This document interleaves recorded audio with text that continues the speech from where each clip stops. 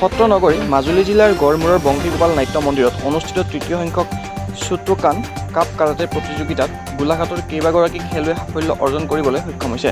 Karate প্ৰতিযোগিতাত Golaghat town karate একাডেমীৰ 20 গৰাকী পৰীক্ষাৰ্থীয়ে কাটা কুমিতে দুয়োটা শাখাত অংশগ্ৰহণ কৰিছিল। তাৰ ভিতৰত 16 গৰাকীয়ে পদক প্ৰাপ্তিৰে একাডেমীৰ লগতে গোলাঘাটলৈ সুনাম কঢ়িয়াই আনিবলৈ সক্ষম হৈছে। গোলাঘাট কাৰাটে ডো একাডেমী মাজুলীত অনুষ্ঠিত কৰা third Shotokan cup Assam state karate চেম্পিয়নশ্বিপত সফলতা অৰ্জন কৰিছিলে।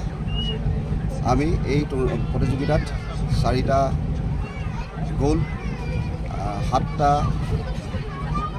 চিলভাৰ আৰু 11টা ব্ৰঞ্জ পদক পাবলৈ সক্ষম হ'লোঁ। আমাৰ এই প্ৰশিক্ষাৰ্থীসকলক প্ৰশিক্ষণ দিছিলে গোলাঘাট জিলাৰ শ্ৰী জুই ঢেকিয়াল ফুকন আৰু শ্ৰী চম্পক নায়কে। তেওঁলোকৰ তত্বাৱধানতেই আজি আমাৰ এই যুৱকসকলে গোলাঘাট কাৰাটে ডো একাডেমীৰ কাৰণে পদক উতলি আনিবলৈ সক্ষম হ'ল। আশা ৰাখিছোঁ আগন্তুক দিনত তেওঁলোকৰ তত্বাৱধানত আমাৰ দলৰ সকলো সদস্যই ব্ৰঞ্জসমূহ গ'ল্ডলৈ ৰূপান্তৰিত কৰিবলৈ সক্ষম হ'ব, তাকে আমি আশাবাদী।